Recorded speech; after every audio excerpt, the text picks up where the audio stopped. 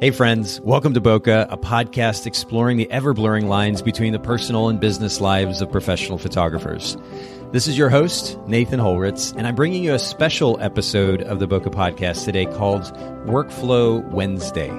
During these special edition episodes, myself and my co-hosts will focus on helping you develop more efficient daily and weekly workflows around post-production, communication, task and project management, time management, file and image management, and yes, the list does go on. We're going to save you an incredible amount of time in your work week, and we promise not to be too nerdy. This podcast is brought to you by Photographers Edit, custom image editing for the professional photographer. Just visit photographersedit.com. Ladies and gentlemen, boys and girls, we are here for Workflow Wednesday. What's up? All of us together, including Rich's pink bear. It says Alaska, guys. It's red. Alaska. It's red. It's totally red. So I guess we should add the caveat, which is that our screens, despite this being produced by a color editing company, our screens are not color accurate. For those who are curious about the colors, we need to ask anybody who's actually watching whether or not it's red on their side, or we can need a poll. We need a poll whether it's pink or red. Yeah, I think so. It's for some reason it's coming across like the '90s fluorescent pink to me right now. That is hilarious. All right, well, so we're not off to a really strong start. For those of you who are listening just to the audio, this is Workflow Wednesday, produced by Photographers Edit and the Bokeh Podcast, and it's a special series that we do focusing on just that workflow. Yeah, workflow. It's something that we all do as entrepreneurs and photography business owners, and we want to talk specifically about how to create more efficient workflow. And the last couple of episodes, last episode, and then again today, we're talking about how to do a better job of creating video marketing pieces or video marketing content, how to simplify that process. What was supposed to be just one episode has now turned into two today, and who knows, we may push it to a third one. I know. Which is insane. I mentioned that last time. I thought this was going to be like a 30-minute talk, and we didn't even. I felt like we didn't even scratch the surface last one. So. No, it really didn't. And for those of you who are curious, listening both to the audio and watching live on Facebook, first of all, if you're listening to audio, we do these shows live on Facebook. If you go to facebook.com/photogsedit, and that is usually on Wednesdays at 2 p.m. Eastern. We're kind of getting back into a bit more of a rhythm. So right now, I think we're going for every other Wednesday. Mm-hmm. And if you're curious to see the old video production, it's a very fancy production, by the way. You can go to the Facebook page and look at the videos and the video catalog there, or you can just go to bokehpodcast.com and do a search for Workflow Wednesday, and this episode will pop up. The first one, we talked specifically about the hardware that we're using, that Haylee and I are using to create video ad content for Photographers Edit. And this week, we're going to be talking about the messaging, how to develop messaging for that content, and then how to go about the post-production process, and then pushing it to Facebook and Instagram. And I already know, just from saying that, this is probably going to get pushed to a third episode, because that is a lot of content to cover. You're hearing yourself. I'm overwhelmed already. Yes. Yeah, that's kind of been the story of my life the last couple of weeks. I feel like. How are you guys doing? And Haylee is a little bit quiet in the background. Hey, Haylee. Hey guys, sorry. I'm just listening. But how have you guys been? Like, what's work life balance been like for y'all? Because that's really kind of a theme of the Bokeh Podcast and this show. Ultimately, I've been out of sorts. What about you all? Yeah, I can relate to that. I mean, I'm in homeschool mom mode right now. We just went into our 5th year of homeschooling, and so that takes a huge chunk of my energy. And so, what I hope that we're always moving forward with in our business is the whole concept of, working smarter and not harder, because our time is limited. We're parents, we're homeschool parents, we're business owners. And so we need to, I feel like Rich and I talk about this frequently, is trying not to get into ruts and trying not to get complacent with our business, because in as much as we want to put systems in place for automation, a business also doesn't run itself. We always have to be striving for something better, for better ways of doing things, for more efficient workflows. And I think we're just in a little bit of a rut right now as far as how much of our time and attention is being delegated to other things. You know, for Rich, this side job takes a good bit of time with Cityscope magazine, which is a wonderful thing. I'm seeing, and just to give context, first of all, Rich and Heather, Rich Smith Photography, wedding photographers primarily, but Rich is doing quite a bit of commercial work for Cityscope, which is a local magazine here in Chattanooga. And I feel like everywhere I go, Rich, I get to sit down, pick up a Cityscope magazine and see pictures that you recently photographed. Yeah, if you're in Chattanooga, then there's you have to see. They're everywhere. It's crazy. Yeah. And it's actually a really well done magazine too. It's very, very well done. I'm really impressed. Yeah, so it's a blessing to be able to work with that team and for them. All thanks to me. I mean, of course, none other than Rich Smith. Anyway, so I would say that we're, struggling to, be in the place where we're always learning and we're always growing, because sometimes you just want to coast, because you're putting so much effort into the seasons of life that require a lot of effort and a lot of time. And so, I think that's, it might be our personalities, but I've been listening to, you'll be proud of me, Nathan. I've been listening to Gary V's podcasts. And he always does a lot of verbal spanking of literally, quit making excuses. We are, especially me, I am a master at making excuses, and I've been enjoying listening to him, because I'm like, there are people who run multi-million, even billion-dollar companies that have the exact same 24 hours in the day as I do. And so, like, the only difference between them and me is they quit making excuses and just, found a way to do it. Like, and when they also have 1,000-person team, but we'll leave that aside. But they had to start somewhere, right? So, no, I get it. I'm just playing. Oh, there's my excuse. Thanks, Nathan. Actually, it's funny you bring up Gary. I kind of go through phases with him. Like, every once in a while, I'll jump back in, listen a little bit. But he just released. Did you see the video that he just released within the last week or so about making a choice?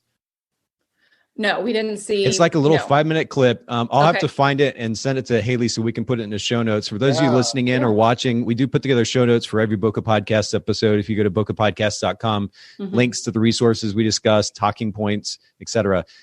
We'll link to this one because it is, and I'll send it to you guys right after we get done too, so you can see it. But perfect. It is so wonderfully inspiring. And kind of to what you were saying, Rich, the significance of just doing. Like, we can sit around all day and analyze and think and wonder if this is just the right thing to do, or if it's the right choice, and what's going to happen after I make the choice, and will this be the right decision for my business now and down the road, and will it be just the perfect one? And his message ultimately is, again, to your point, Rich, just do it. If you need to take an hour to think about it, but then just go do it. And you can always course correct later on.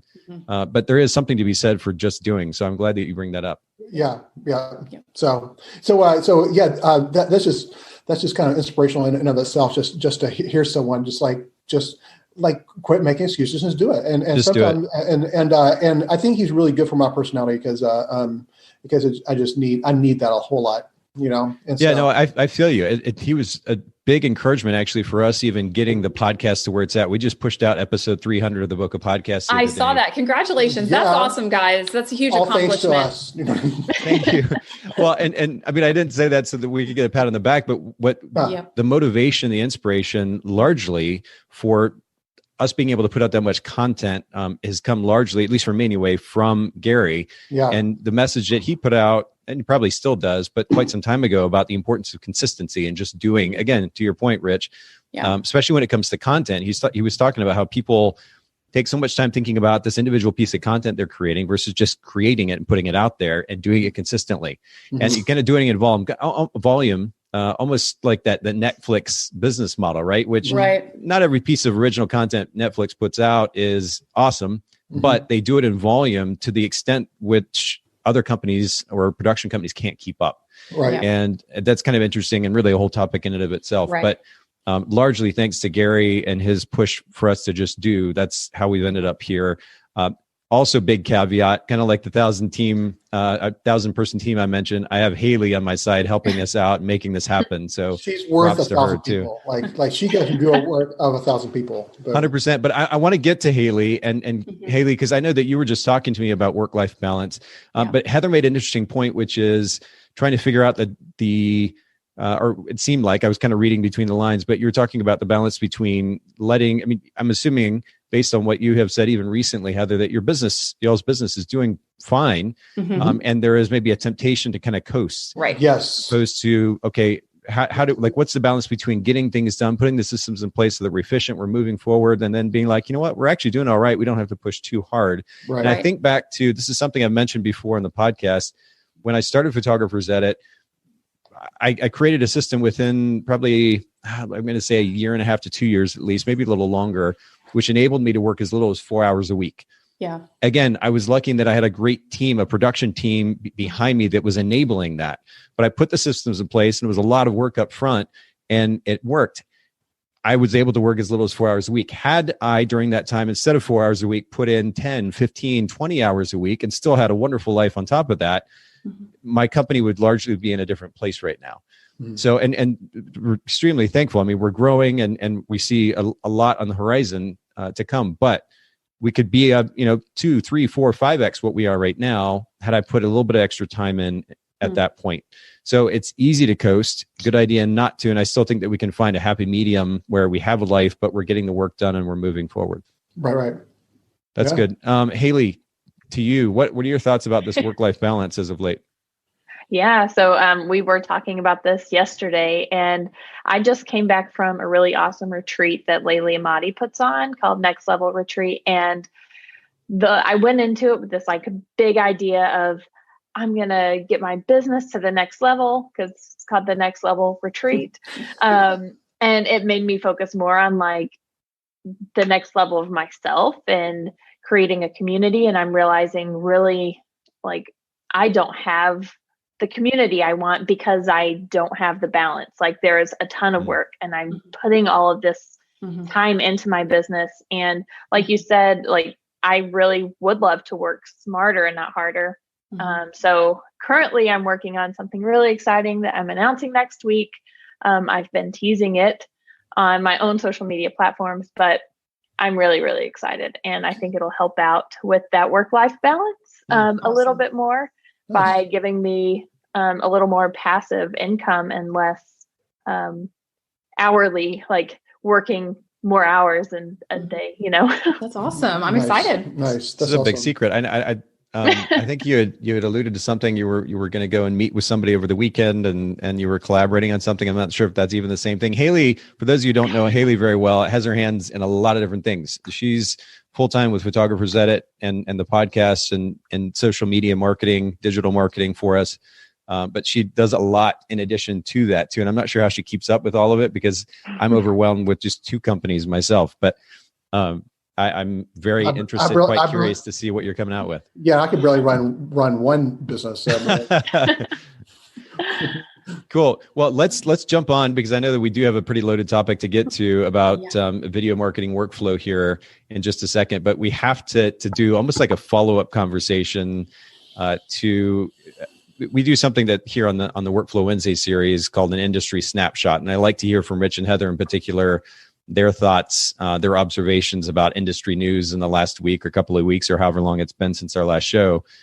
Rich, do you want to comment on that, or should we just jump right back to the iPhone? Well, I think we're going to have to turn it around to you, man. Yeah, I mean, I feel like I want to talk. I want to talk a little bit about the GoPro, the new GoPro Hero 8, but apparently they're going to make an announcement on October 1st. So it might be best to just wait till the announcement to see if anything new. And so let's stay with the iPhone, because do you have it? Yeah. Oh, he has it. I do. Yeah. For those of you who are watching the video portion of this, look at that. Talk to us. Crazy looking 3 lens. Well, I will say so far? Right off the bat, the biggest advantages or improvements to the phone are simply that camera, or the addition of the that wide angle lens on the front, which is extremely wide. I used to use a kind of a fisheye lens from Moment that I would attach to my iPhone X for that, or iPhone 10 for that wide angle shot. Now I get that and potentially even more. It almost looks like a GoPro lens. Wow. From the front. And then even the selfie camera has both kind of a regular perspective and then a wider perspective. And we were experimenting yesterday, Haylee, myself, and Mara, who works on Milu, my other company.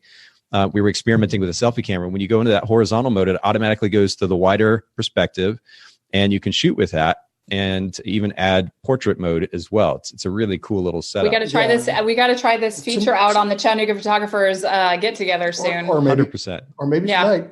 100%. Yes. Yeah. Rich and Heather and myself and my girlfriend Jill are going to be getting together for dinner tonight. We will definitely experiment with this. But what I wanted to just share, and what I'll do here is actually share my screen, my phone screen for everybody, so you can see this.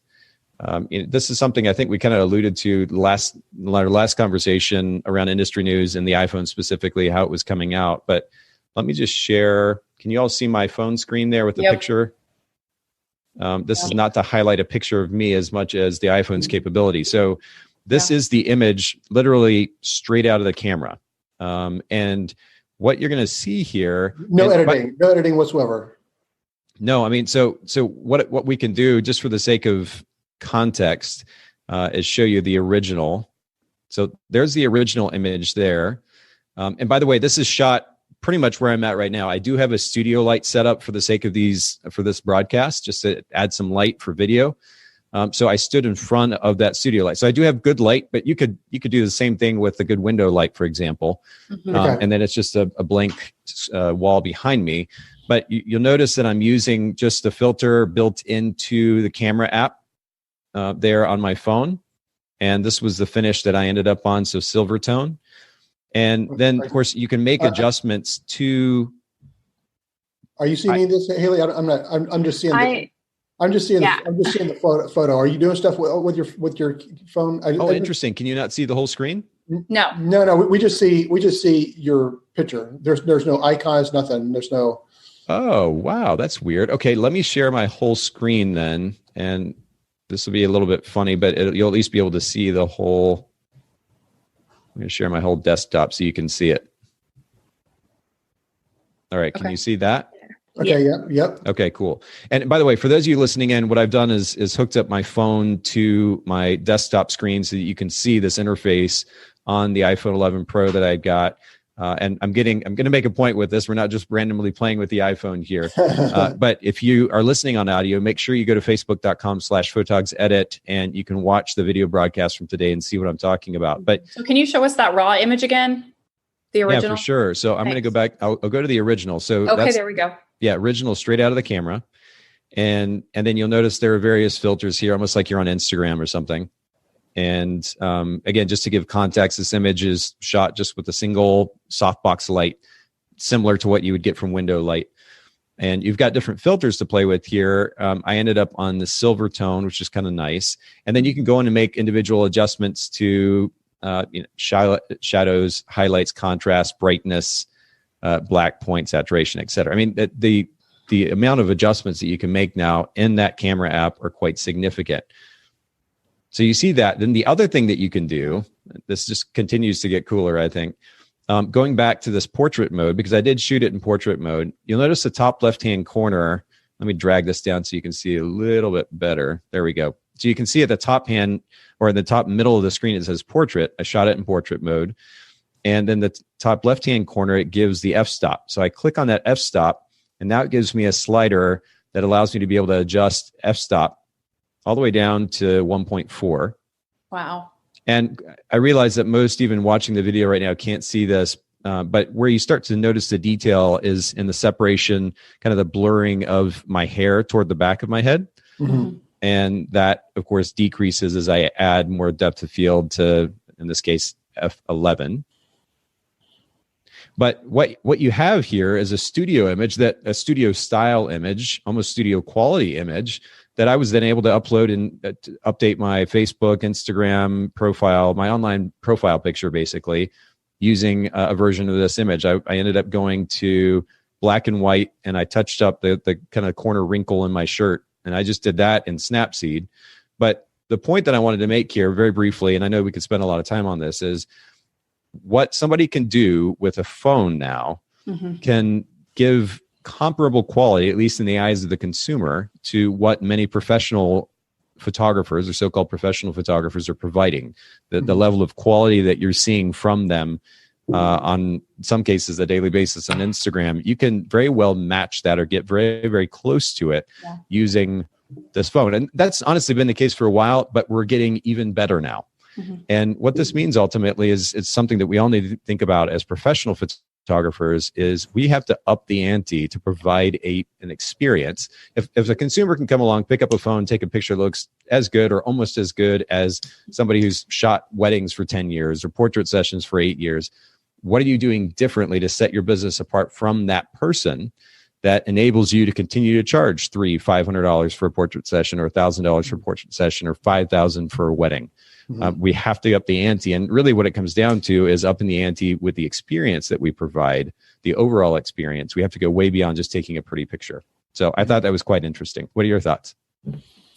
Well, I've been listening to Gary Vee. And and he would say content, you got to put out content. He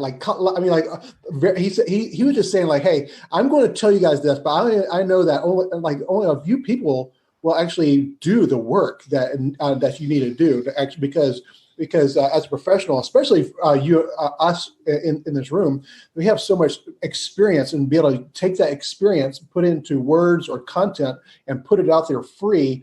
Then that's also going to make you stand out as well in the industry, where people will actually go and use you because you are a authority on whatever you're putting the content on. So I also you're talking about the experience. We also talk about our personalities as well. I mean, like you mentioned Cityscope and in Chattanooga there are a ton of really good photographers, even better than I am. But Cityscope continues to use me because of my personality. They know I can meet anyone in this city. I don't care who it is, and I can make them feel comfortable. And I can get out of them. I can get a smile. I can get a laugh. I can get whatever I need to out of this person because of my personality. And so in some ways. Not only I'm a photographer, but I'm also someone who can handle people really well and whatnot. So, and it all kind of accumulates into again, that experience. You're talking about the experience and whether or not it's the end product we give or like how we make the client feel during, and after the wedding, all that kind of stuff. So it really does kind of accumulate a lot on your personality and also just how much you want to really work. I mean, like I'm reading this book right now called Make Your Bed. Have you read it, Nathan? I haven't. No. Oh, it's a great book. But one of the main points he makes is that like grit and determination is more important than talent. If you have grit and determination, then it can take you a lot further along than someone who has talent that has no grit and determination. But anyway, it all comes down to hard work, so. It does. Yeah, you mentioned a number of things there. I want to kind of tie some of it together because you talked about the significance of content. I mean, the reality is that photographers are putting content out left and right, largely in the form of Instagram stories right now. Mm-hmm. The question ultimately, if content is going to be a point of, just a point of draw for your business, for your brand, mm-hmm. then to your earlier point, you have to also be able to tie in an interesting personality. I mean, Rich, you've got that. And I know that we've been pushing for you to do this stuff on stories. I think there's maybe opportunity for you to put out YouTube content that highlights your personality, your fun, easygoing personality, that kind of jokester bit of you. But the other side of this is adding value, right? So if we're creating content, we have to be able to add value and ideally entertainment on top of that. And those two things can potentially draw people in if content is going to be a way that we're going to bring business in. I think there's a wonderful opportunity for you to do that, Rich, or for you all to do that together, potentially even as well. But it's an interesting consideration. The only thing that I wonder though still is, while a photographer can create content, so can everybody else. Mm-hmm. And so the question still comes back to what are we going to do to actually set ourselves apart? I mean, the fact that you can have a conversation with somebody, there's a lot of people that can have a lot of conversation with people as well. And whether in this industry or in other industries, or even just day-to-day life, is that going to be enough to set you apart? There is this whole experience that we have to provide that either does add enough value to the potential consumer for them to pay a premium for our service, or it doesn't. Now, naturally, the higher end segment of the market, those who make, let's say, $200,000, $300,000, $400,000, $500,000 and more a year, that are naturally going to just pay more for a high end photographer just because of ego, because they wouldn't dare pay $500 to their friend to have their wedding photographed.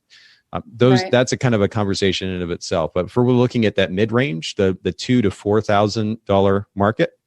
Which is about 15% or so of the market, and where most professional photographers are going.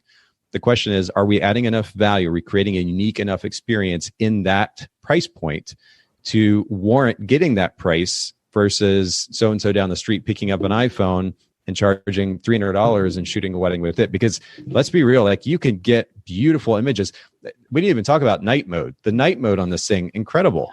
Just beautiful the improvements that they've made to it. So you can get beautiful images with this phone. Somebody can take they can capture a whole wedding. They can capture a portrait session and do so for little to nothing. Are you good enough in your overall experience? Not you, Rich, but like everybody listening in. I don't know. to warrant charging that $2,000 to $4,000 mark. The above 4,000, now we're talking about people who are just going to they wouldn't imagine paying less than that anyway. That's generalizing, but that's that segment. Right. But that 2 to 4, are we offering a unique enough experience? So and how are we even going to know? And how long is it going to take us to determine how these brand new technologies are affecting our industry? Like, if, for example, a client does not hire us, our follow-up questions could be really revealing. Finding out is it because they hired another comparable photographer who they liked more in your same price point? Did they go with a friend with an iPhone? We're going to have to, I just think as professional full-time photographers, if we're going to know, we're going to have to collect the data somehow and watch the trends unfold with these new technologies to see how they're impacting the market.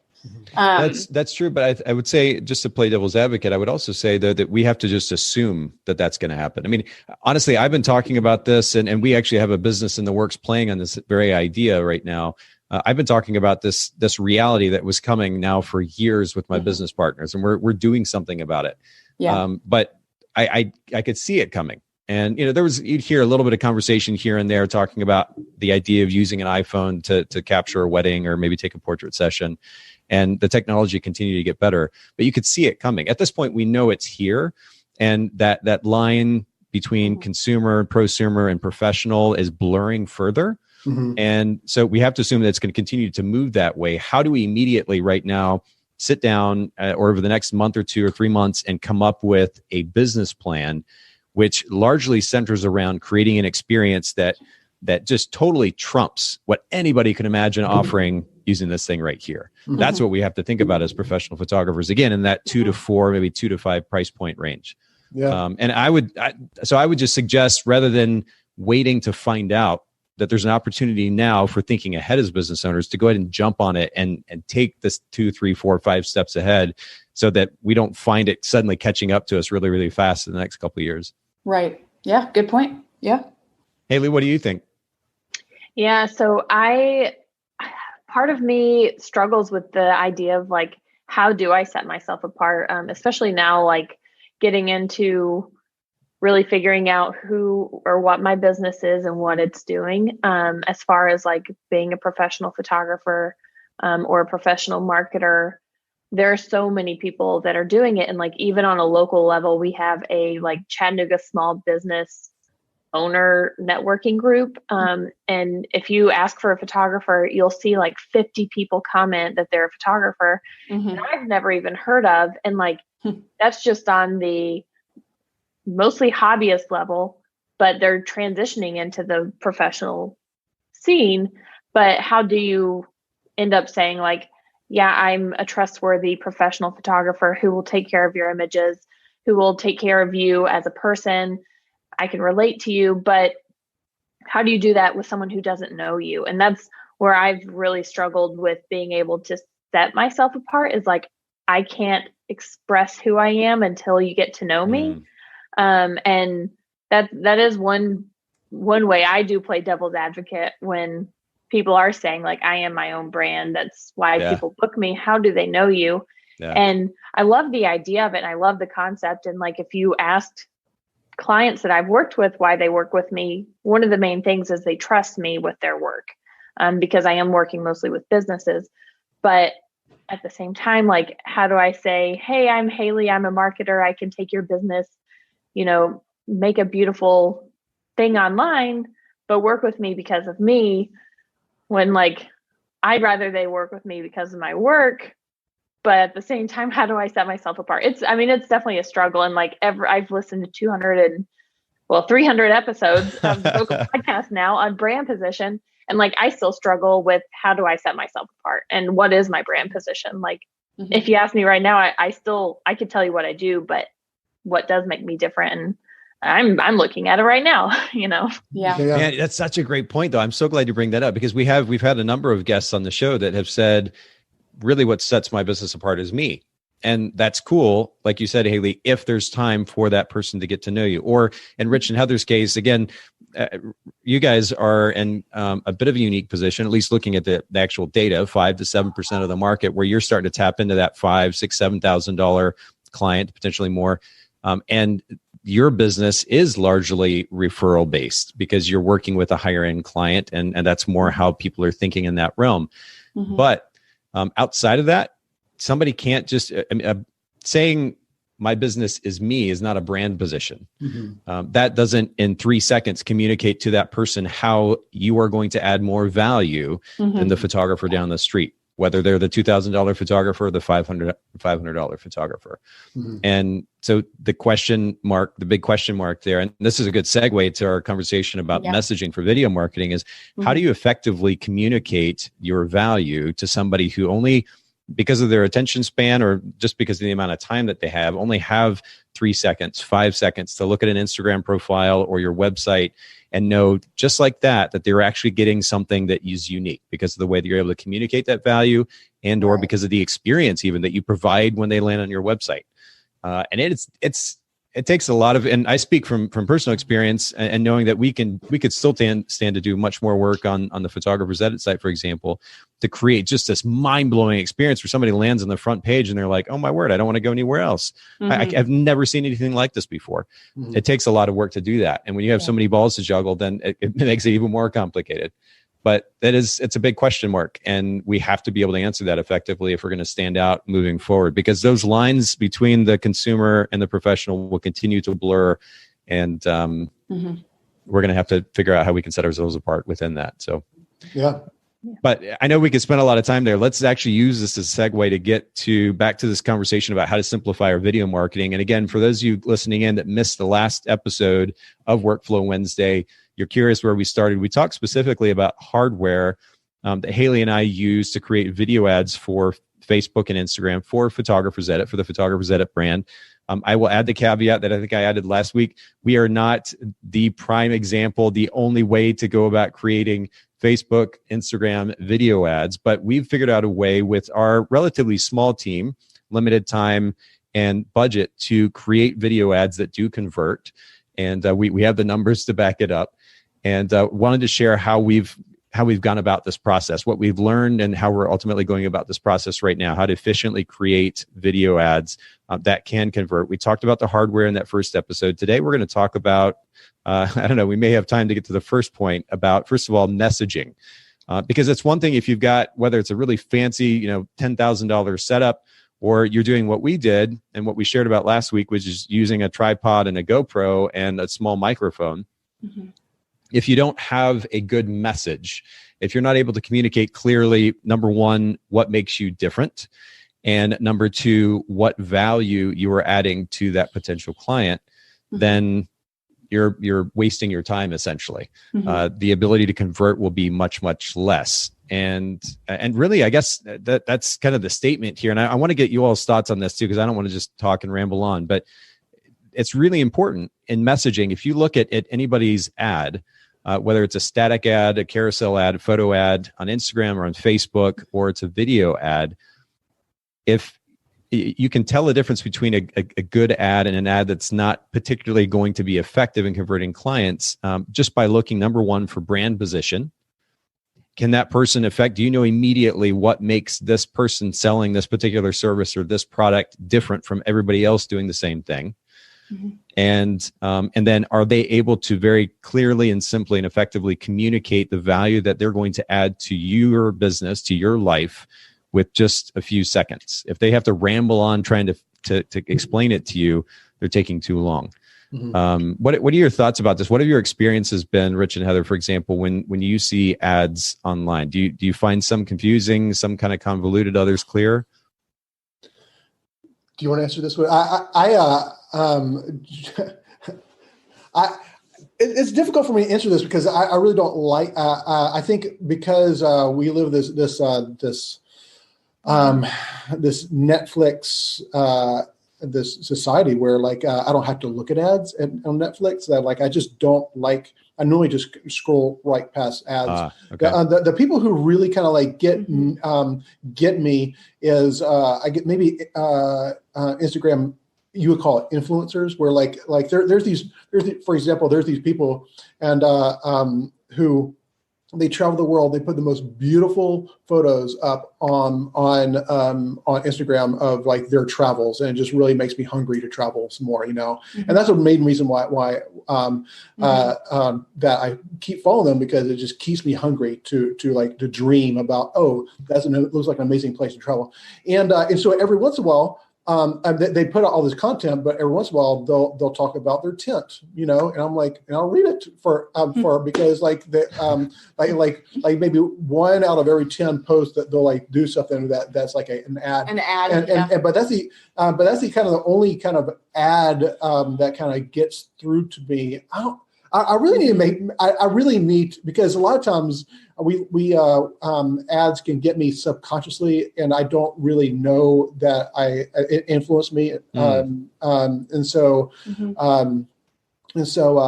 what do you think, Heather? Do you have a similar experience? Because that makes sense, and I'm actually making notes, Rich. This is good.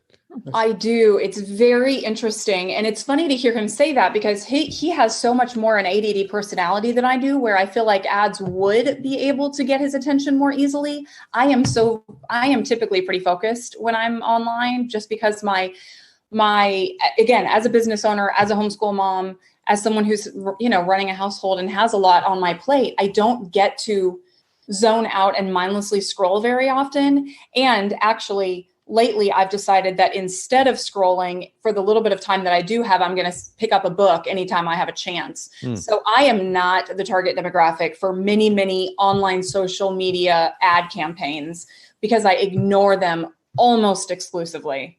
And I don't know if that's, the time that the ads get me is if I've been online looking on a particular website, looking at a particular product, and then a little while later, I get on Facebook, and then an ad for the thing that I was already interested in shows up for me. That's what gets me, because that's clearly something I was already interested in, and I had gone out of my way to go view, and there it is showing up. I want to change my answer because of that. Oh, really? Yeah. I mean,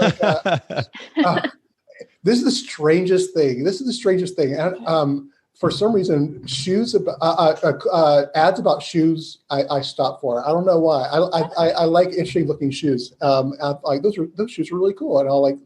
But you must be looking at shoes if you're being fed shoe ads. I know. I don't know. I mean, I probably clicked on one shoe ad. Yeah. Because there's this company called Undandy, where like you can actually go online and create your own like shoe however you want to look like, and they have some really cool. If you wanted to create some, because as a wedding photographer, I'm on my feet all day, and they can create a business shoe on top and like with a sneaker sole, but you can make it whatever color, and like you can. There's so much more, and they'll actually literally create it and they'll send it to you for like $170. And so I'm like, Undandy? Yeah, Undandy. Go check it out. I'm gonna get fed their ads now too. In general, because we need comfortable footwear. We're on our feet all day long, shooting weddings, but we also need to look professional and put together. Yeah. So footwear gets us because So like I bought some Cole Haans the other day, and all of a sudden like I'm seeing their ads on Facebook, and like, oh, those are pretty cool. But and I don't want this to sound contrived. I mean this wholeheartedly. When a new photographer's edit ad shows up in my feed, I watch it. And I think that there's a few reasons why. And it's not just because I have a personal connection to you guys and I consider you good friends, but you have figured out a way to be personal, to have a clear message, and the ads are not long. They're not lengthy. In the society that we live in today, with as surrounded as we are with content, with media, just with stimulus in general, I feel like our attention spans are pretty short. And so if an ad doesn't immediately grab you for either its personal touch or a clear message or a product that you're interested in, it's just not, it's not going to be effective. And so for me, I click on them every time because I like the personal connection that you make. I like that they're short. Rich is laughing. What's so funny, Rich?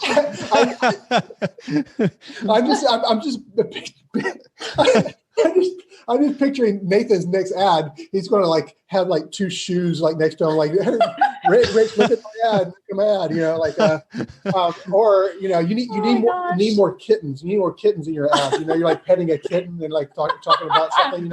I think that's really funny, actually. Yeah, Jill just got 2 cats. Beautiful kittens. There you go. I need to just pet one next time. What does that have? Let's just see. Let's see what happens. Like, let's see the conversion rate of of like you're just. That's really funny. Like, we should totally experiment with that. Seen on that still, image at the, before the cute kitten. Yeah, especially if he's like scratching. You're like, you got this screenshot of I apologize for my husband. I'll totally watch that one. That's brilliant. Haley, I'm taking notes here. This is really good stuff, and I'm going to come back and give more context and kind of round off the conversation. But what's your experience been watching video ads or ads in general? Yeah, I think with me being someone who actually is behind the scenes creating ads, I do spend more time actually watching ads and seeing how other people are taking their like concepts and producing them and the messaging that they're creating.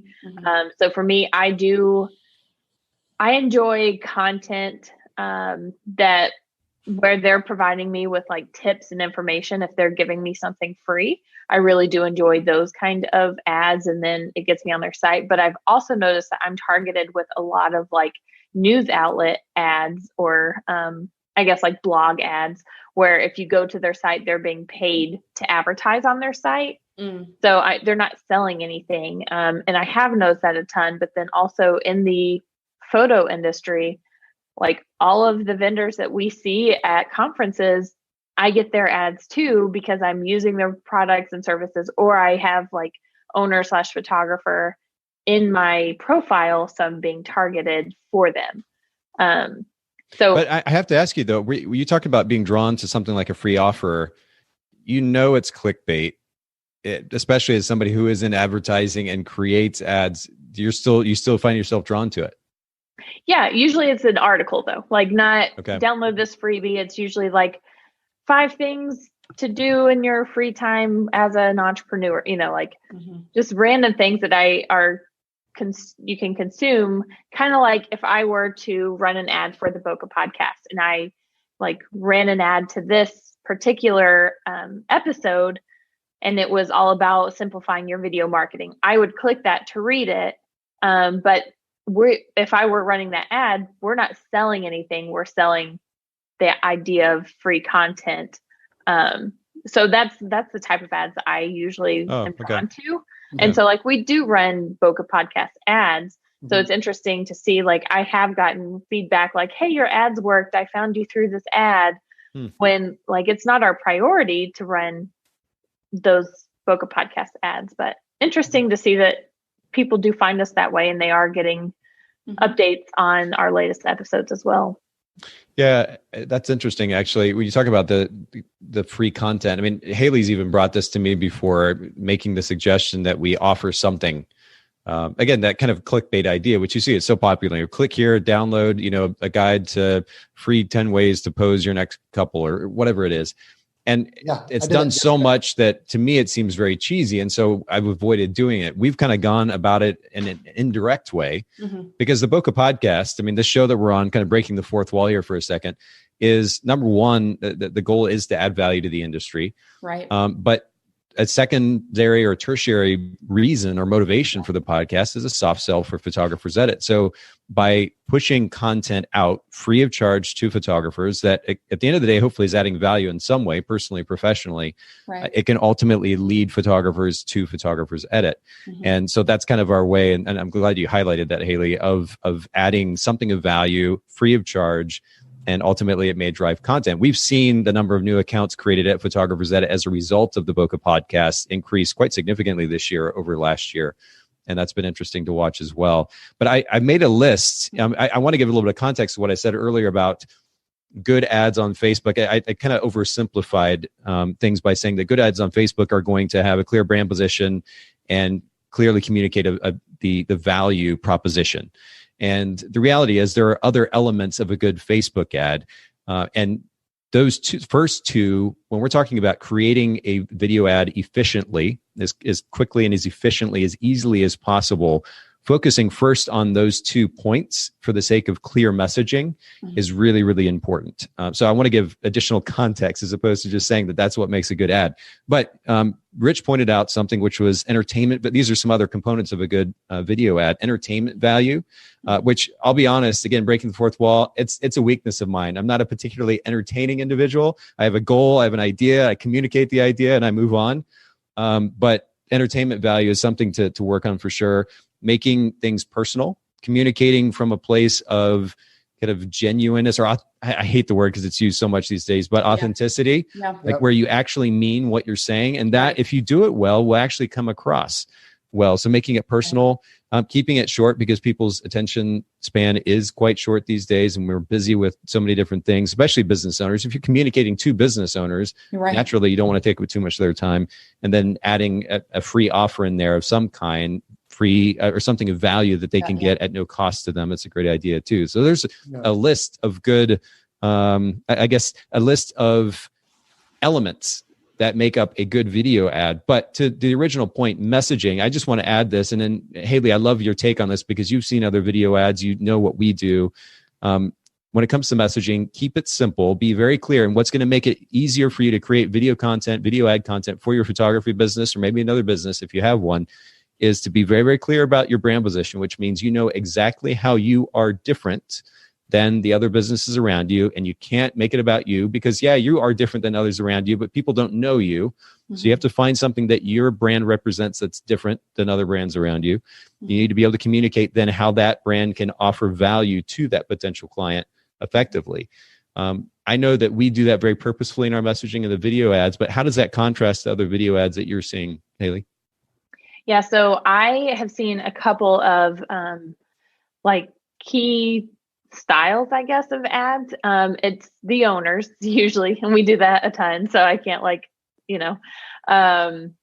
but then also testimonials. I see a ton of those. Like if you look at CloudSpot is a great example. There are testimonials from some of their original users. And I find that I catch myself stopping for those because I do recognize the people in the videos. And then others that I've noticed are, I won't name them, but they use like a stock photo in what would be a video, but it's just a moving image they don't really resonate with me. And then I've also been served ads as a venue owner by other companies that, to me, I'm not a venue owner. I don't know how they're targeting that. But being able to see like what things I love in other ads and I don't love has allowed me to kind of plan better in the strategy behind like who I'm targeting, but then also the messaging I'm writing for you to actually record. And I do love let's get to the point of the ad because most people are not going to spend more than a minute. I mean, a minute is like stretching it for the most part. But getting it out there, like usually our ads say, "Hey, I'm Nathan. I'm the owner of Photographers Edit." If you even say that, like sometimes it's we're retargeting people that have visited our website, like you said, and you're more likely, so you know who he is.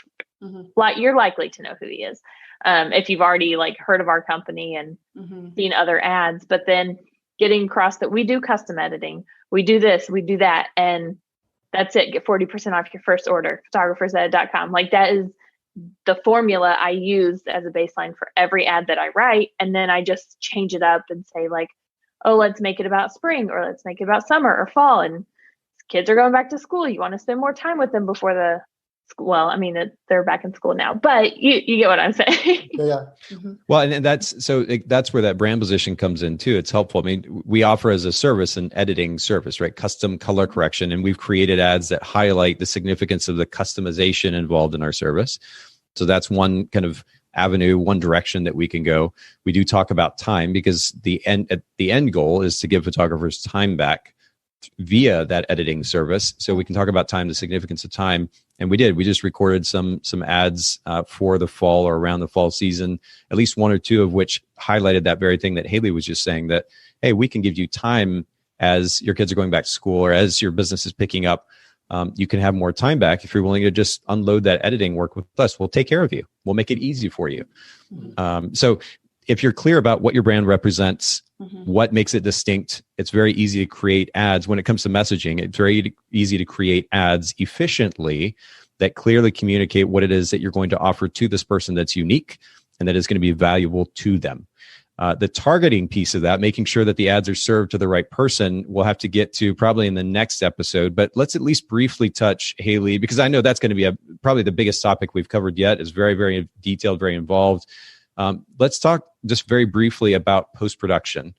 And I made just a couple of notes here, and you all are welcome to chime in and ask questions or add additional notes. We can talk about the editing software that we use. We do incorporate music into the background. We can talk about that briefly.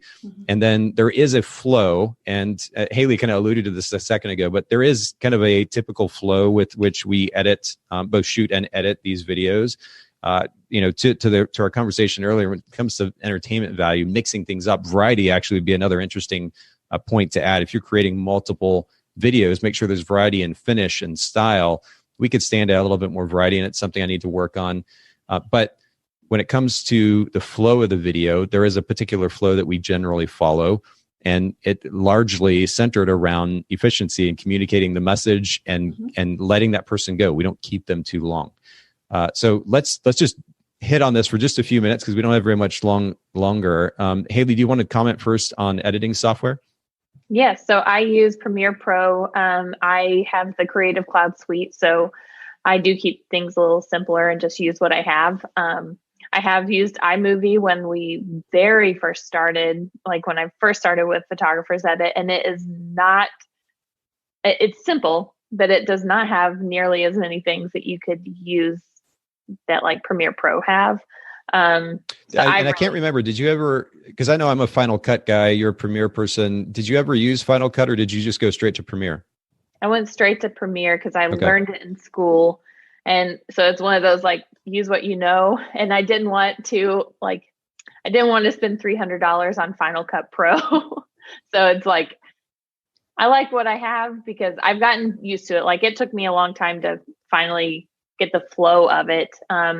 But usually if I have a question, YouTube has all the answers. So I am not a professional video editor by any means, but you can usually find the answers you're looking for in a video on YouTube. How long does it normally take for you to have y'all ever like timed it out where it's like from the very beginning to the end? Like, how long does it take for y'all to create a video ad?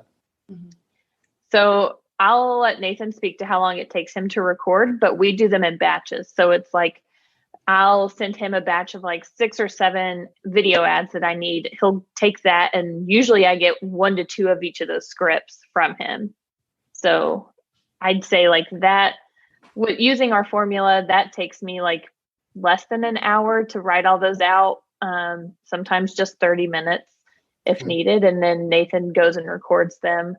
It used to take me forever to record them until I started using my iPhone. Because I'd try setting up everything and making sure I just look just right. And now it's very like, let me just selfie this video really fast. So I'll let.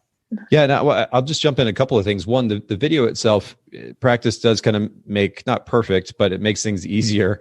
I think we talked maybe in the last episode, Rich, about the amount of time that I spend recording, and over time, because of all the practice that I do, just talking so much for the podcast, recording intros for the podcast, and then ultimately recording ads, it's made it a lot easier. So I'll message Haylee and be like, oh my goodness, I just did that in one take. Just because it's exciting to not have to shoot it 50 different times, and in order to get my expression right, make sure the energy levels are high, and get the words at least close enough to the message that they make sense. I would say very simply that if you're very clear, and I think I mentioned this last episode as well, like I'll literally driving to wherever it is I'm going to shoot this ad. Haylee's already fed me a script. I look through it and I'll just kind of recite it out loud as I'm driving, thinking through it. So by the time I get to the site to record that video, it doesn't really have to take me very long. Maybe it takes me 3 or 4 takes, but I have a good idea of what it is that I'm talking about. It's meaningful. It's coming from a pretty personal place. So I'm not really forcing it. And so I would say to record one video for an ad, especially if it goes well, no more than 5 or 10 minutes to get that one ad done. Now, I will add as a caveat, and I know Haylee does prefer Premiere. One of the reasons that in fact, the main reason that I prefer Final Cut, if we're just throwing different options out there, for those of you listening in, you're curious how to go about editing. If you're a Mac user, Final Cut works in a way that is going to feel much more familiar to a Mac user. Premiere to me still looks like Windows 98, like the design and layout of that software. It's just not as intuitive as Final Cut. I realize that it's the preferred method for many, if not most, professional videographers, and that's great. I mean, I'll defer to their professionalism. But for me, who is wanting something that's simple, that literally is drag and drop, I found for me that Final Cut is very easy. And if I have a single clip, the 45 to 60 second clip, that video clip, and I drag that in, and I have my intro and outro template already done. I can literally, I shoot the video in 5 to 10 minutes. I can drag that into Final Cut, drag that video clip in, add the intro, outro fades, and the music, drop the volume down, because I already know what volume levels I need for the background music. And I can have that edit done maybe in 15 minutes. Wow. So if that, again, it doesn't have to take that long once you get the workflow done and you've got your templates in place.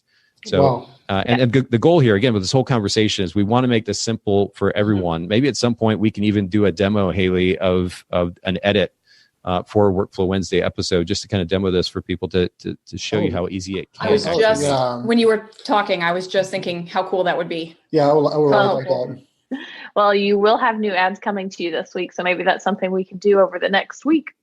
That's actually perfect. Maybe we will do just that, and we can kind of extend this post-production. But we've got, technically a minute left here, but just very briefly, if you'll comment on music choice. We can talk more about flow of the video when we do the demo. Talk about music choice, if you will. Yeah, so we typically stick with softer music, but we have had a couple of times where it's like we want to do something more upbeat and funny. And so I actually don't know what platform we use now to download our music. Premiumbeat.com is the platform that I've used for probably at least 2, 3, maybe 4 years. It's a great resource. Has a lot of high quality music. You can search not only by genre but by mood as well. So to Haylee's point, most of the music that we've used at this point, I've kind of fed to her. I put into a folder there on the website, and like there's some in there. I go pick one.